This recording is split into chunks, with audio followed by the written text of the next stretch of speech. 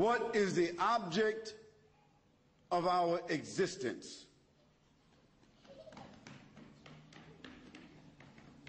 And what is the wisdom behind the creation of man and this tremendous universe?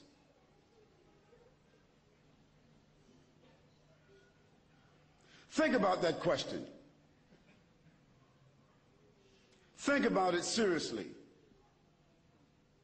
Now, some people will argue that there is simply no proof of any divine origin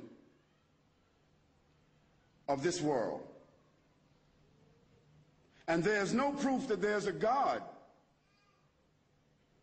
And there's no proof that this universe has come about through any divine purpose. There are those who argue that, and some of them, they occupy some of the higher places in academia, in government. Some of them occupy some of the elite positions in society and in our lives. Some of them are called central personalities, but they themselves are confused. They also have their own frustrations. And I'd like to share a statistic with you. The greatest amount of misery, the greatest amount of suicide, the greatest amount of confusion and disparagement exists among that class of people. So evidently, even they don't have the answers.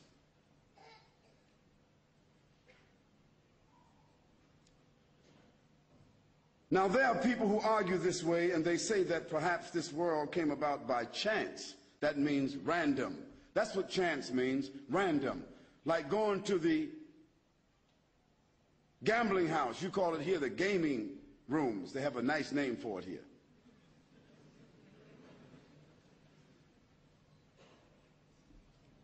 It's a place of immorality. It's a place where you put your life savings on the line. You're trying to get something for nothing. You put your hard-earned money. Sometimes the man doesn't tell his wife, or the wife doesn't tell her husband, and they lose their house and their lives, taking a chance, trying to earn something for nothing. And the government has set it up and supported it with your tax dollars. And you're so foolish that you think that after you gamble for 5 years and you've lost $50,000 or $60,000, that if you win $25,000, you get real happy.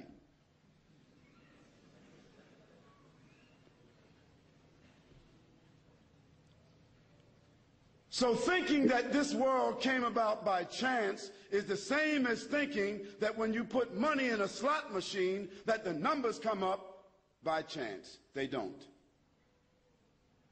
Everybody knows that the casinos are rigged and only the house wins all the time.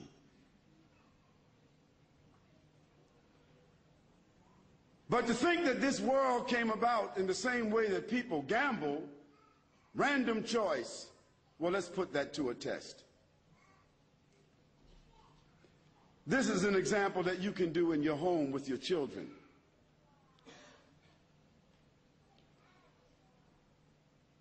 Take 10 marbles, number them 1 to 10, and put them inside of a bag and shake the bag. And then close your eyes without looking inside that bag. Pull out number 1, pull out marble number 2, pull out marble number 3, in that order. Just 10 marbles, that's all. 5, 10.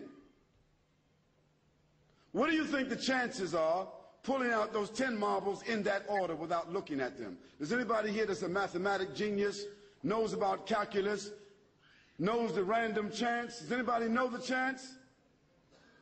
26 million to 1. That's only 10 marbles. That's called a micro example. Now let's go a little bit further out to a macro example. The earth that we are on is one planet among 9, or some people say 11, in our solar system, isn't it? And our sun that gives energy and light and gravity is the center of our solar system. And our sun is only one star, and it happens to be one of the smaller stars in our galaxy called the Milky Way. And the Milky Way is only one of the smaller galaxies in the nebula called the Andromeda. And the Andromeda has itself millions of galaxies like the one that our sun is a part of.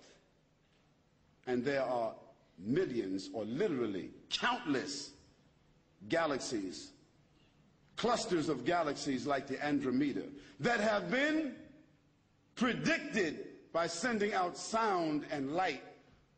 And they have sent out sound and light that has never returned.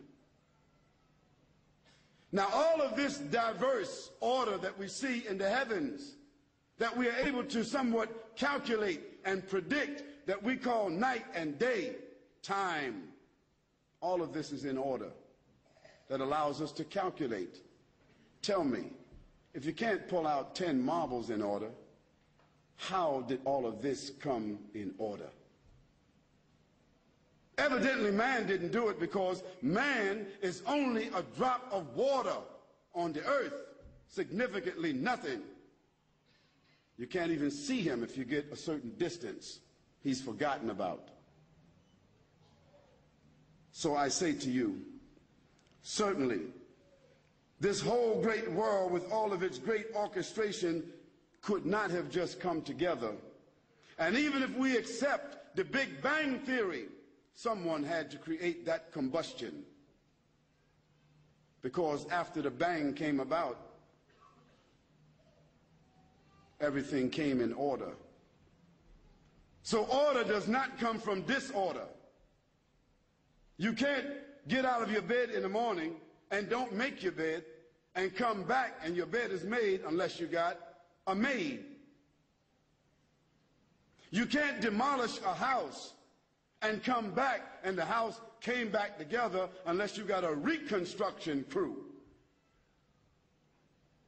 Order doesn't come from disorder. Order comes from an order. An order means a legislation. It means a science. It means a fact. It means a determination.